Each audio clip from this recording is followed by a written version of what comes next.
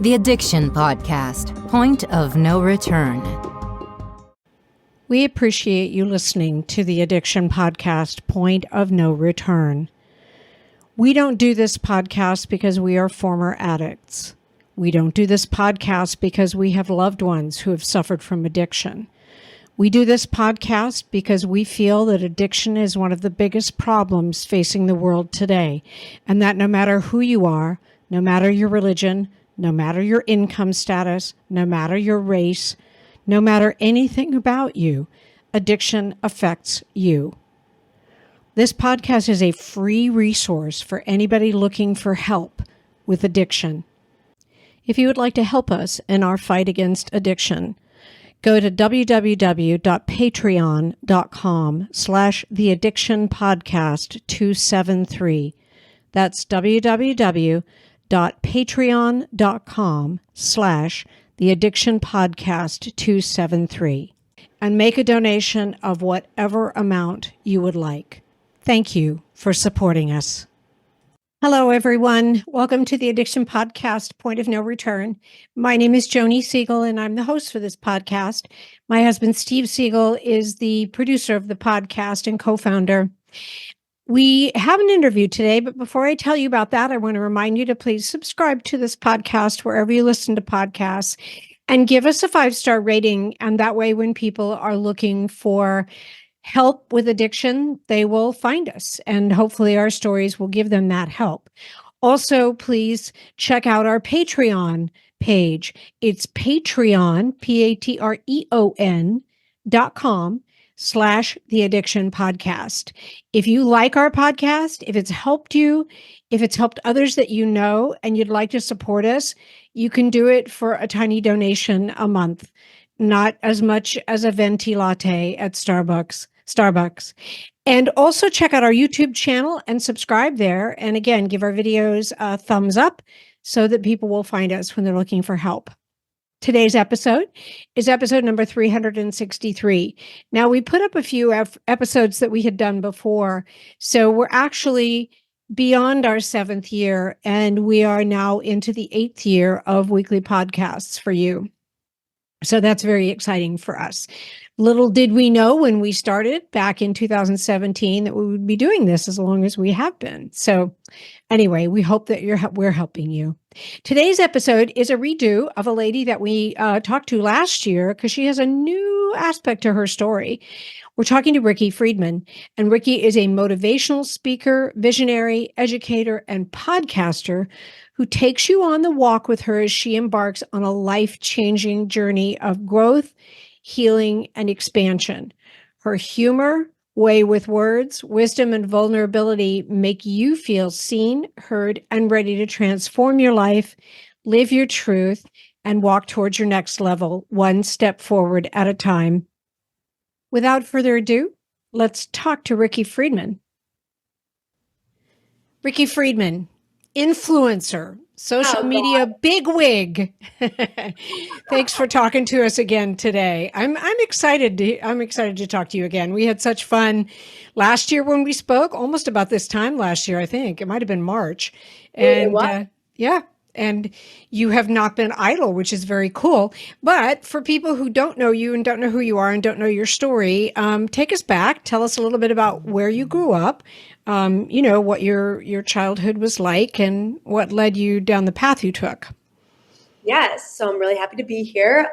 Side note, it's so crazy because I think it was almost 1 year ago, and so much has changed in a year, and it's amazing how much can change in a year. I'm Ricki, and I'm a motivational speaker. I'm a top 100 podcaster. I am a mentor. I help people take steps forward in their life and walk away from addictions, primarily weed addiction. And I have a program called Walking Away from Weed, this whole thing. But more importantly, who am I? Really, who am I? I'm from Detroit, Michigan, and I have experienced a lot of different things in my life. I'd say my story started when I was a little girl and my mom died when I was 13, and I was put on stimulants, Adderall, when I was 7 years old. And I always say that that was kind of the beginning of the journey. And it really, now that I'm in the place that I'm in now off Adderall, and we'll go into that, I used to never share that part of the story. Like I never ever said like my story started when I was put on stimulants, because for me, my story always started when my mom died when I was 13. Yeah. But really, that's not true. My story started when I was put on Adderall at age 7. Now let me just stop you for a second, because you said Adderall is a stimulant, right? Is Yeah. it a stimulant when you're 7, or is it like an ADHD medicine that calms you down when you're 7 and becomes a stimulant later? It's a stimulant. It's Oh, just okay. a stimulant. It's a stimulant no matter what. Adderall, Vyvanse, they're stimulants. Okay. And I think it's confusing for people because people are like, well, stimulants, that's stimulating. But to a person who's ADHD, a stimulant actually calms you down. Interesting. So like I'm ADHD, and when I drink coffee, I'm not like amped up. I'm like, I focus, I'm calm. So it's just a stimulant. It's like 1 compound lower than meth. It's just a stimulant. And the purpose of it is to calm you down, to focus you in. And so you had ADHD presumably, and they said, well, you have to take Adderall. Okay, fair enough. And I do. And that's always been something that I've never like questioned. And because I don't believe that I don't have it, I do have it. I don't believe that I should have been put on medication so young. I think it's very dangerous. But I was put on Adderall when I was 7 years. I was put on Ritalin, Concerta, Adderall, one or the other when I was 7 years old. And then my mom got sick when I was 8 years old, and she died of cancer when I was 13. So if I really think about when my journey started, it changes your brain chemistry, right? The medicine, you're kind of numb, and it also makes you really addicted to things. And so when my mom died, I couldn't process her grief. As a kid, you can't really process grief. But as a kid who was on stimulants, I really couldn't process her grief, but I didn't know that. Like nobody was like, this blocks your nervous system, or this may fuck with your chemicals in your brain. Like nobody said these things to me. So, I became addicted to food. I had an eating disorder. And then I became addicted to marijuana for 10 plus years. And I was always taking my medicine, always upping my dose. I was given more, right? Because I needed more. And, I never really thought like, this is weird. And I think it's weird that I never thought that. But no one ever, it was a while ago, no one ever said like, hey, this is a lot of medication.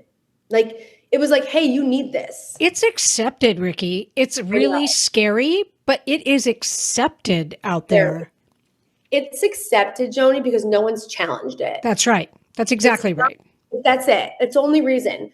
I mean, I just had an article published in Newsweek about me getting off Adderall, and I'm like, is this foreign to people? Like what? It's like the weed thing. It's like so foreign to people until you meet somebody who's been on it for as long as it's been out. And that person, I can speak to it because I'm like, no, listen, this is really messed up. So, being on the stimulants, my mom dying, having eating issues, being addicted to marijuana, like all these, everything was very hard in my life. Like I had a good childhood, okay? Besides my mom dying, I know that's a huge factor, but I had a great dad. I came from good money. I wasn't on the street struggling. Like I always had resources. I was lucky. I was fortunate. I was grateful, but I was always in like a lot of pain. I always felt like, why? Like something isn't right. And I always felt unsafe in my body, which is why I smoked for so long. But I didn't really realize it was because of the stimulants, and because I'm ADHD, you're just more prone to be addicted to things because you love dopamine. And then obviously my mom passed away. So long story short, I've always been in the self-development space, but I was always smoking, even when I was helping people. And then in 2021, I walked away from my weed addiction, and my whole life changed. But what made you walk away from it? I mean, you were functioning. You were doing fine. Why did you walk away from it? I was so sick of functioning. I was sick of surviving my life. I felt like I was in survivor mode. And it was the first, and I had tried to walk away a million times. And it was the first time that I educated myself on the brain and the body and dopamine. And it was the first time I understood my ADHD. And I was like, maybe I smoke so much because I have so much trauma and I feel so unsafe, and my ADHD craves the high. So before, when I tried to walk away, I was just like, you need to walk away because you're not motivated. You need to walk away to change your life. And this time I was like, you need to walk away because your life literally depends on it. Sometimes the hardest thing about getting someone into recovery is getting them to agree to treatment. Bobby Newman, a certified drug counselor with 30 years experience and an over 85% success rate as an interventionist, has created a series of 12 videos that you can use right now to learn every step to get your loved one to agree to treatment. Call 866-989-4499 today. And say the word podcast to get a 10% discount. Or go to newmaninterventions.com and type in the word podcast for a 10% discount. This service comes with a free 1-hour consultation with Bobby. We appreciate you listening to the Addiction Podcast, Point of No Return. We don't do this podcast because we are former addicts. We don't do this podcast because we have loved ones who have suffered from addiction. We do this podcast because we feel that addiction is one of the biggest problems facing the world today, and that no matter who you are, no matter your religion, no matter your income status, no matter your race, no matter anything about you, addiction affects you. This podcast is a free resource for anybody looking for help with addiction. If you would like to help us in our fight against addiction, go to www.patreon.com/theaddictionpodcast273. That's www.patreon.com/theaddictionpodcast273. And make a donation of whatever amount you would like. Thank you for supporting us. Right. It was just like I had more knowledge and I was more educated on why I was smoking. It was easier for me to walk away. Also, my life sucked. Like nothing was what I wanted it to be. And so, I mean, at some point you got to be honest with yourself, right? Like if my life was like, if I was crushing it, maybe I'd be like, who cares? But I wasn't. I was like crashing, and I just knew there was a better way. So I walked away. And I went on very long story short, I wanted to change my life. I went on this road trip. I went on TikTok and shared my story about walking away from weed and ended up going viral, ended up building a program called Walking Away from Weed, became a top 100 podcaster, all of these things. I've helped over almost 1,000 people walk away from weed. Wow, that's huge. Huge. And, I'm sure there are some people that have, relapsed or whatever, but, just to give them a different perspective and I know that it's just life changing. Ricki, as you know, that there are a lot of people out there who do not believe that marijuana is addictive. They just don't believe it. Yeah. It's just, come on. Coffee's addictive. Like you can't sell me on that. Like if you have withdrawals and you get anxious without being without it and you can't go a day without it, that is called an addiction. That's exactly right. I'm addicted to espresso. I cannot go a day without it. No, I can't. And by the way, espresso's addicting. I know. If you stop drinking it, you would have some sort of withdrawal. Yes, exactly. Like a headache, probably. Headache. Right. And anything that you can physically withdraw from is addicting. Yep. People are just, I don't know that people don't really believe that. I really think that they're just so in it that they don't want to confront it. Yeah, that's how they justify it. Like I hear a lot of people being like, well, Ricki, weed is better than stimulants. And I'm like, why are we choosing? Like, why is it one or the other? Like, I don't know if I agree or disagree. I was on both and they're both pretty bad. So I think weed is sneakier and it's more acceptable. And that's why more people are doing it. Yep.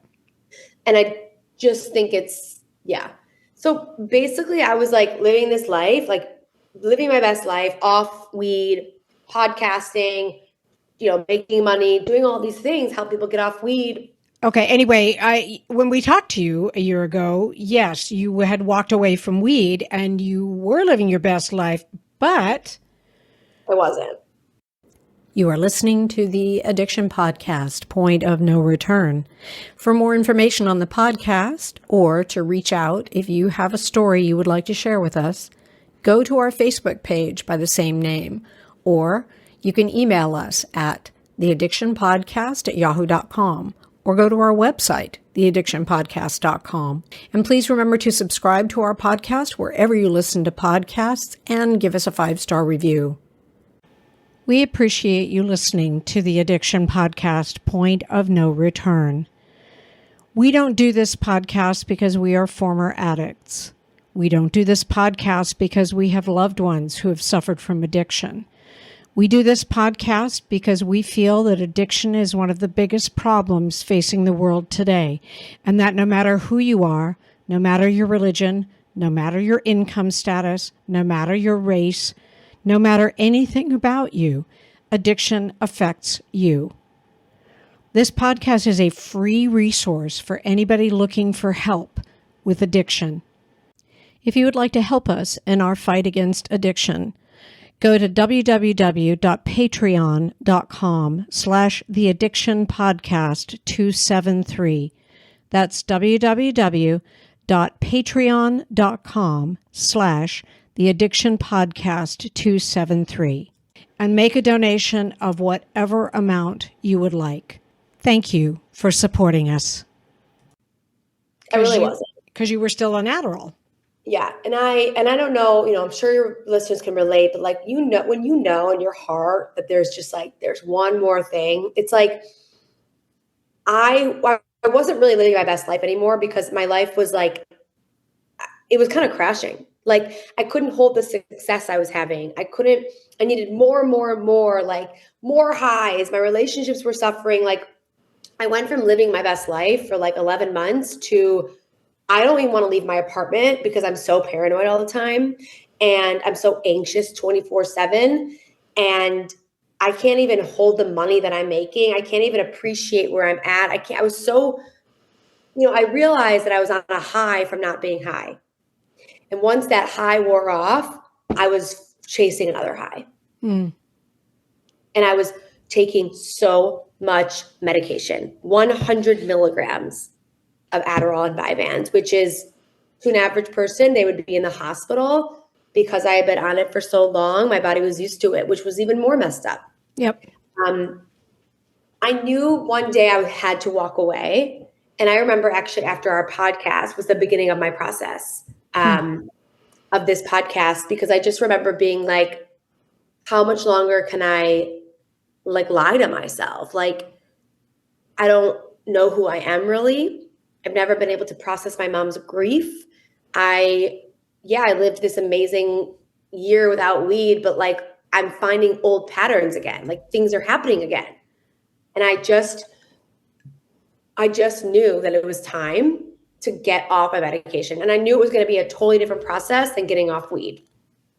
And it was. In actual fact, getting off of drugs like Adderall and Vyvanse and any of the other prescription medications like that is a little bit dangerous. And I'm saying that very facetiously. It's a lot dangerous. Yeah, it is. So how did you approach it? Did we tell you about Pamela Seefeld? I can't remember because maybe we didn't. Because we had we have a pharmacist who's been on the podcast several times and she steps people off.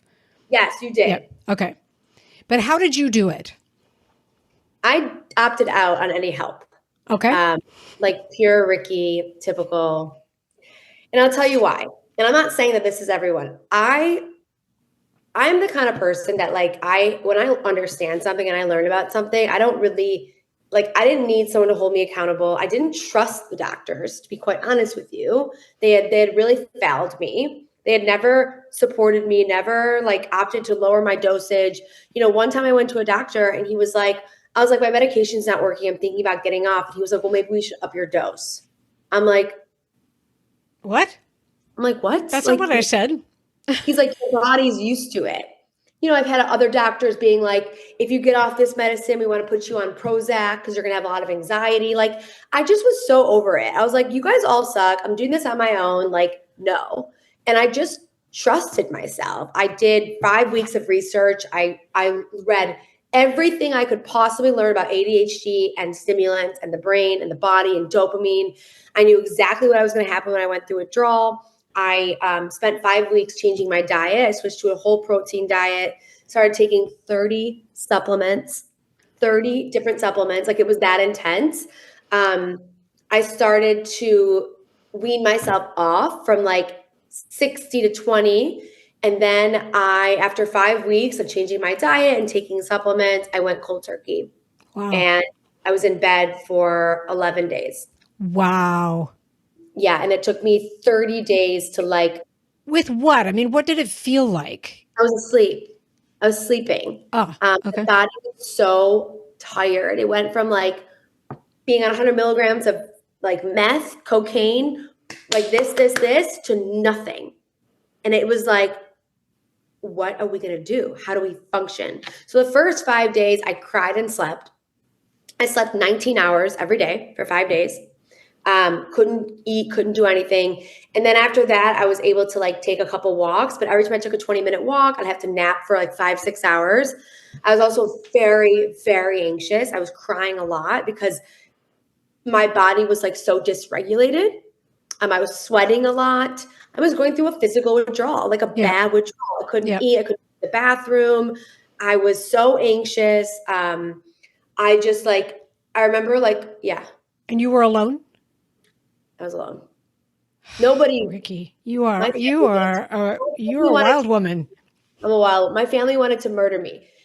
I went to Arizona to visit my family because they were so pissed at me. They were like beyond pissed.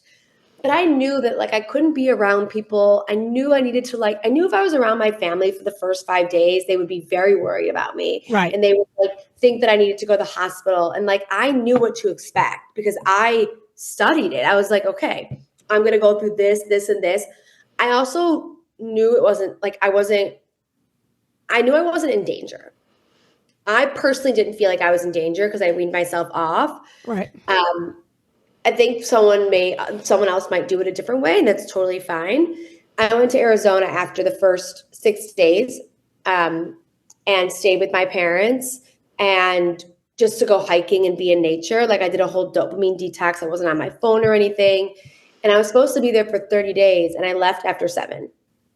Because I was just like, I'm good. It wasn't like I was really that good. I just was over the withdrawal. Right. And the next part of my process was going to be so emotionally taxing. And I just needed to be away from my parents. I understand. Yeah. Crazy. Yep. So what then did you go through once you were done with like the physical withdrawal? Now you got to confront the mental and spiritual aspect. What was that like?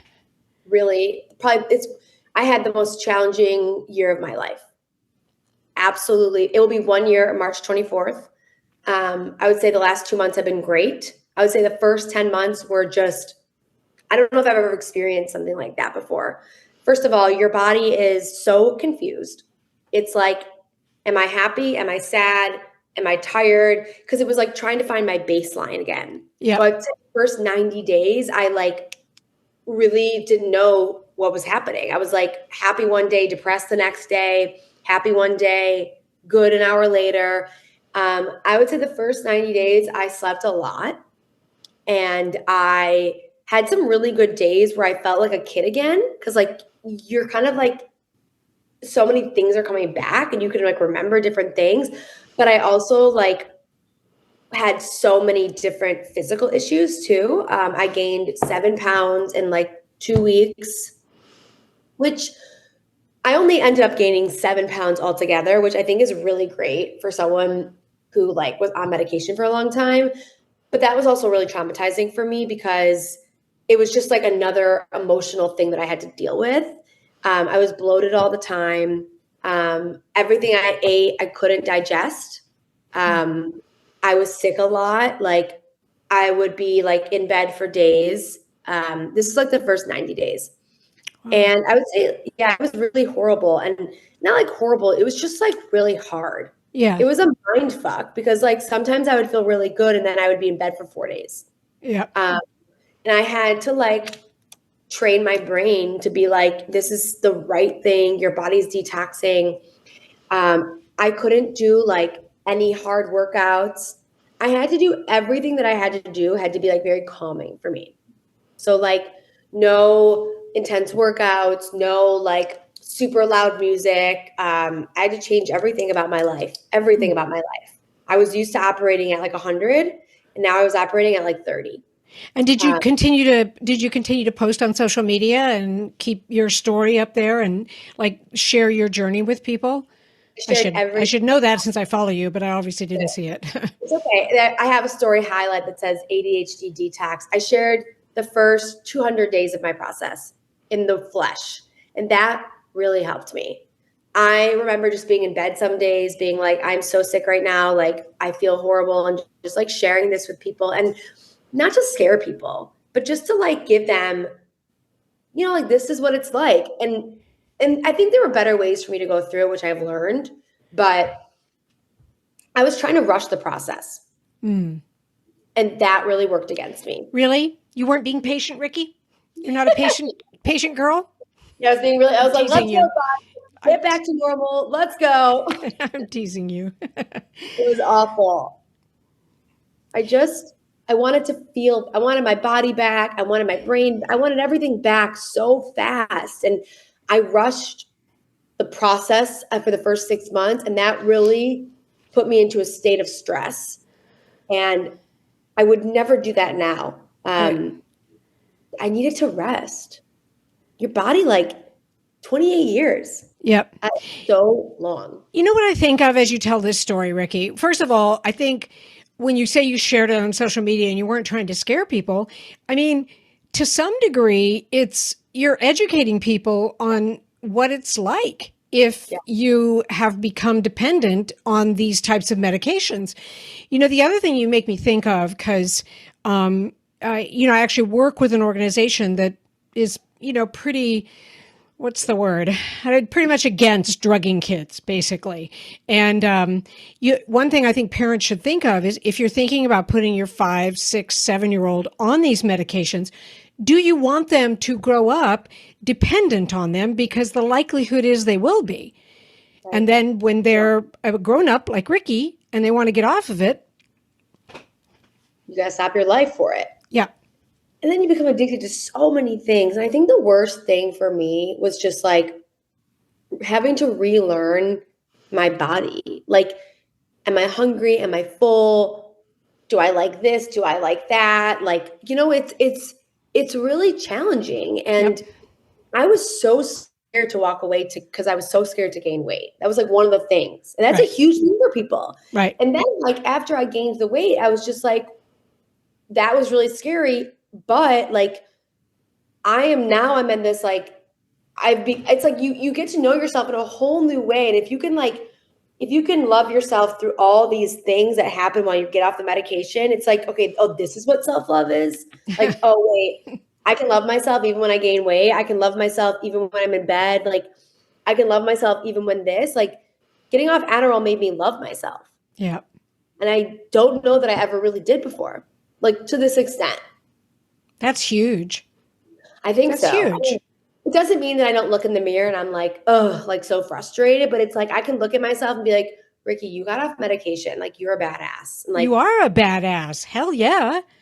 Forgive your body. Like, give yourself a year and a half to heal. You got a pound. Okay. You can get rid of it, It's true. But that's a big thing that keeps people on the medication. Yep. Is they develop such a big eating disorder because they're not hungry for years. So they're like, if I get off this medication, I'm going to gain weight. Because I'm going to eat. I'm going to eat. And not even like eat. Like, I'm not even eating that much more. It's just like your metabolism is all fucked. Exactly. The drugs mess with your metabolism. Yep. Everything. Yep. It's like, it's not even just you're learning how to have energy. You're learning how to eat. You're learning how to take care of yourself. Yep. I had no idea what I had signed up for. I can imagine. It's dangerous, but you did it the right way. What? Not every single one, obviously. I probably take 30 supplements too. But what were some of the key supplements that you knew you had to take to counteract it? This has been life changing. L-tyrosine is life changing. I am very, very cautious about what I put into my body. Yeah. Lion's mane. This has been amazing. And then L-glutamine for your gut. Okay. And then a lot of bone broth. like I drink 5 cups of bone broth a day. It's amazing for your gut. The main thing people get off the medication is they're going to gain weight, they're going to have gut issues, and they're going to have brain fog. And so these 3 supplements, plus the bone broth, really help. And I suggest you take them before you get off the medication. Yeah, because you have to build up so Right. that when you start to stop taking it, and stepping down is a good idea. We're not doctors, okay? We're not giving you medical advice, but when you need to build up, the body in order to do that. And your diet, and not looking at your phone. Like I didn't look at my phone for 60 days for the first 4 hours of every day. I did that on purpose. I'm fairly convinced that that was the reason I was able to get back on my feet so much quicker, because the dopamine, I was able to produce natural dopamine. So, one thing I don't suggest that I think a lot of like experts do is they're like, take a cold, do the cold plunge. Cause that's like, they say like cold plunge is like the same amount of dopamine as Adderall. I could not recommend this less for someone that's just getting off stimulants. You do not want to stress your body out. I'm sorry. You want to. I think that sounds horrible, cold plunge. I got friends who do it. I'm like, I don't want to do it at all, okay? And I'm not coming off medication. It's amazing for you, but not when not when your body's in a state of stress. Yeah. So I suggest hot tubs, hot showers, saunas, the steam, music that makes you feel good, dancing, meditation, like things that are really calming, because your body's in a state of stress. And that was one thing I did not realize. And I believe that my process was a lot harder because I was trying to like speed everything up and I was moving fast, obviously. And I reached a point in my journey like 6 months ago where I hit like adrenaline fatigue and I couldn't get out of bed. I was really sad. I was really burnt out. And it was because my body was so tired. And I was like, I'm done. And I literally spent a month like napping, resting, meditating, like in the sauna. And then I was able to like actually move forward from this. Interesting. Did you lose the weight? Just curious. You look great, but no? Okay. I still have 6 pounds I want to lose. Okay. I mean, I'm pretty small to begin with. Me too. It's just. I was just curious. And you have to train your body and you have to train your metabolism again. And, Right. So I'm like always like, it's not a lack of like trying, that's for sure. But I actually think it was like too much trying. It was stressing my body out. So now I just started doing strength training and, I walk, I dance, I do all the things. I'm trying really hard to remember that like what I did was really brave and that my body needs time and space. It doesn't need me to like be an asshole to it. It needs me to like love it. So I'm trying to focus on getting stronger and healthier. And that's the right focus, I think. There may come a time when you want to go on some sort of a diet, but I think the right target right now is to just feel good physically. You've put your body through hell in the 28 years. And then since then coming off of it. And now you kind of got to be kind to it. For sure. And it's like, my body doesn't want a diet. It wants like to be normal. Yeah. Like, it doesn't want a diet. It wants to feel free. And like, I think I'm lucky. Cause like most people that go off medication gain like so much weight. And I was always very conscious of it, but like, I just, you gotta let your body do its thing. And that was the biggest thing I started to remind myself, like, let your body do its thing. It will. Like, it will. You don't have to rush it. So my advice to people is like, it's okay that you gained weight. Remember that your body is just trying to figure it out. And it will. And the less you try to figure it out, your body can naturally figure it out. Yep. I think. Yep. I think you're doing the right thing. You put the good things in, the vitamins and the supplements in, and you get the rest, and you eat healthy. I mean, if you're out eating McDonald's, I'm going to say, maybe not, maybe shouldn't do that. But if you're eating healthy, you're doing the right things, and your body will regulate itself, and things will get back to normal. I applaud you. I'm in awe of what you did, because it's something that, it's it's dangerous to do. Yeah. It's dangerous to be on it. It's dangerous to walk away from it. Yep.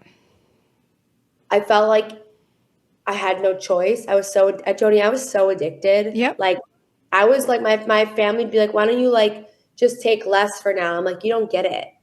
I'm addicted to it. Like, there is no less when you're addicted to something. People There's don't no understand addiction. That's why we do. There's That's one of the more. reasons we do this Right. podcast. You can't just taper off, you know? It's like addiction is addiction. It's like, I was like, you don't get it. I'm taking this 10 times a day. yeah. Like, this is not like Ricki was given medicine that she takes once a day. It's like, no, I'm addicted to it. I have to get off of it. I have to stop immediately. Like, it was like, you have no option anymore. I've used up all my cards and like, Yep. we're done. And I just accepted it. And I knew that because I could get off weed and change my life, I knew that I could do this. Yep. So for those listening that are smoking a lot of weed and they take an Adderall, I really suggest you stop smoking first. Because if you don't, you'll end up using the weed as your new Adderall. Right. And you don't want to. Interesting. That's a good piece of advice. You know, like people say to me now, like, people will be like, I use weed for Adderall. And I'm like, listen, like, there's no excuse. Like, I don't do either. So like, I know that you can do nothing. Yep. Yep. Well done you, Ricki Friedman. Thank you. Thank you. You're if I can do welcome. it, anyone can do it. Literally, Yeah. you're listening to this right now. If I can do it, you can do it. I just released a seminar called Stepping Away from Stimulants if you need support. Ooh. Yeah, it's like the first. Is it on your website? Yeah, it's on my website. Remind me what your website is. It's just here. It's like my Stan store. Okay, my website's STAN. It's very weird. .store/ I am Ricki. It's very weird. AM or M? AM. I am Ricki? Okay. Ricki, yeah. RICKI for those of you listening. STAN.STORE/I am Ricki. Cool. Yeah, and they also can just like go to my Instagram and like it will be there. But I just released it today, funny enough. Oh, cool.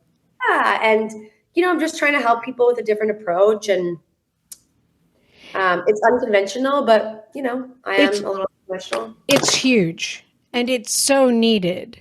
I know that there's a lot of focus right now on fentanyl, and rightfully so. And there's been a lot of focus on painkillers and oxys and heroines, but there is also, I think, an epidemic in this country of people taking prescription medications.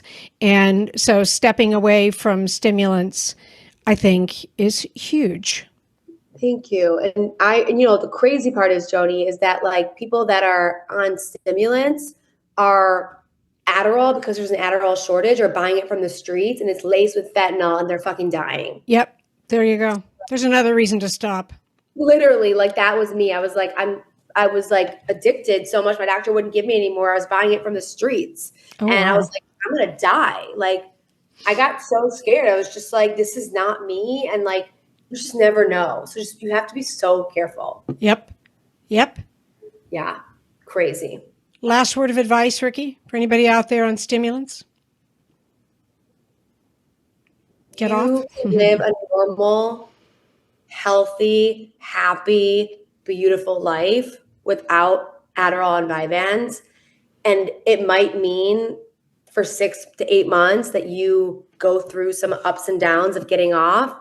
But like, I am the happiest person I'm the happiest version of myself I've ever been. And it would never have been that way if I'd never gotten off. Plus, like, just one more thing, it is a journey and it's your journey. So just, there's no rush to go on the journey, but when you're ready, like, you absolutely can. That's great. Thank you, Ricki. You da bomb. You da bomb. See you soon. Thank you. So there you have it. If you know someone who is addicted to prescription medication like Adderall or other stimulants, she can help you get off of it. Once again, her website is stan.stor/ STORE, sand.store/I am Ricki, RICKI. And she's got information up there on how to walk away from stimulants. It's huge. I remember when we talked to her a year ago, almost exactly a year ago, that she had said she had walked away from weed, but she was still taking Adderall. And now here she is, clean and sober, says she has a glass of wine every now and again. So do I. But anyway, she's doing amazing. And she tells her story. There you go. We'll be back again with another interview next week. You have been listening to the Addiction Podcast, Point of No Return. For more information, reach out to us on Facebook or go to www.theaddictionpodcast.com.